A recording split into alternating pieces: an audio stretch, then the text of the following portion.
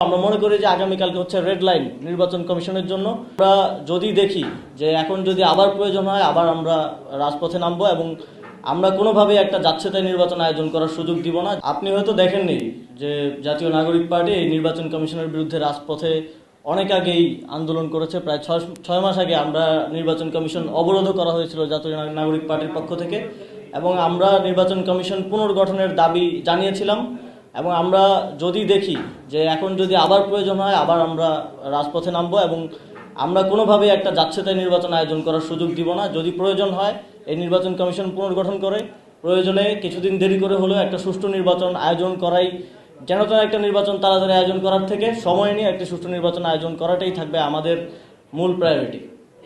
নির্বাচন কমিশন সাংবিধানিকভাবে একটা স্বাধীন প্রতিষ্ঠান এবং আপনারা জানেন যে তার স্বাধীনভাবে কাজ করার এখতিয়ার আছে। আপনারা দেখেছেন যে নির্বাচন কমিশনের সাথে যে তারা যে সরকারের কথা শুনে কাজ করেছে এরকম কোনো কিছু হয়তো আপনাদের নজরে পড়ার কথা না বিগত প্রায় 1.5 বছরে।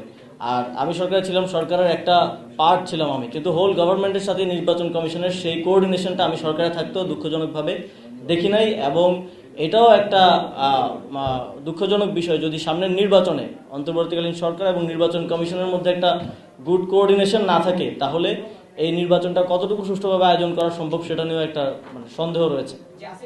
আমরা আমাদের রাজনৈতিক দাবি অবশ্যই জানাতে পারি। নির্বাচন কমিশন যেমন স্বাধীন প্রতিষ্ঠান, সে যদি তার স্বাধীনতার অপব্যবহার করে, সে যদি তার এখতিয়ার বহির্ভূতভাবে গিয়ে সংবিধানের ইন্টারপ্রিটেশন দিতে চায়, তাহলে অবশ্যই আমরা যৌক্তিকভাবেই আমাদের দাবি উত্থাপন করতে পারি। আমরা আগেও করেছি এবং ভবিষ্যতেও করতে কখনোই পিছ পাবো না। আমরা আমাদের আইনি লড়াই চালিয়ে যাব। আমরা কোনো দ্বৈত নাগরিক, কোনো ঋণ খেলাপিকে নির্বাচনে অংশগ্রহণ করতে দিব না। ইতিমধ্যেই আমরা কুমিল্লা 4 আসনে আপনারা দেখেছেন যে একজন 3টি ব্যাংক থেকে ঋণ খেলাপি, তার বিরুদ্ধে আমরা আইনি লড়াই চালিয়েছি শুরু থেকে এবং সেখানে আমরা বিজয়ী হয়েছি। এবং এটাও একটা উদাহরণ হিসেবে থাকবে যে কোনো ঋণ খেলাপি কিংবা দ্বৈত নাগরিক বাংলাদেশের যে আগামী নির্বাচন হতে যাচ্ছে আইন ভঙ্গ করে কিংবা আইনের ফাঁকফোকর দিয়ে নির্বাচনে অংশগ্রহণ করতে পারবে না। এটা আমরা সকল উপায়ে আমাদের লড়াই চালিয়ে যাব, সেটা আইনি লড়াই হোক, সেটা রাজপথের লড়াই হোক, কিংবা সর্বশেষ প্রয়োজন হলে আমরা সেই আসনে তার বিরুদ্ধে প্রতিরোধ গড়ে তুলব। দেখেন, আমরা তাদেরকে সুযোগ দিতে চেয়েছি, আমরা তাদেরকে ভরসা করতে চেয়েছি যে তারা সুষ্ঠু একটা নির্বাচন আয়োজন করবে এবং আমরা তাদেরকে অবজারভেশনে রাখছি, যেটা আমরা আগেও বলেছি যে আমরা ক্রিটিক্যালি তাদেরকে অবজার্ভ করছি যে তারা কী ধরনের ব্যবস্থা নেয় কিংবা সামনের দিনে নিচ্ছে।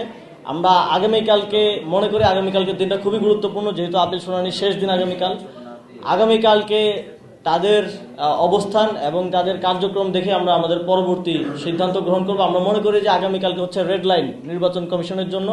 যদি তারা সেই রেড লাইনটা সুষ্ঠুভাবে অতিক্রম করতে পারে, নিরপেক্ষতা দেখিয়ে এবং আরপিও এবং সংবিধানকে মান্য করে অতিক্রম করতে পারে, তাহলে আমাদের সহযোগিতা অব্যাহত থাকবে। যদি তারা সেখানে ভুল করে এবং সেখানে পক্ষপাতিত্বের কিংবা কোনো ফাঁকফোকর দিয়ে ঋণ খেলাপি এবং দ্বৈত নাগরিকদেরকে পার করে দেওয়ার চেষ্টা করে, তাহলে আমরা এই নির্বাচন কমিশনের বিরুদ্ধে অ্যাকশনে যাব।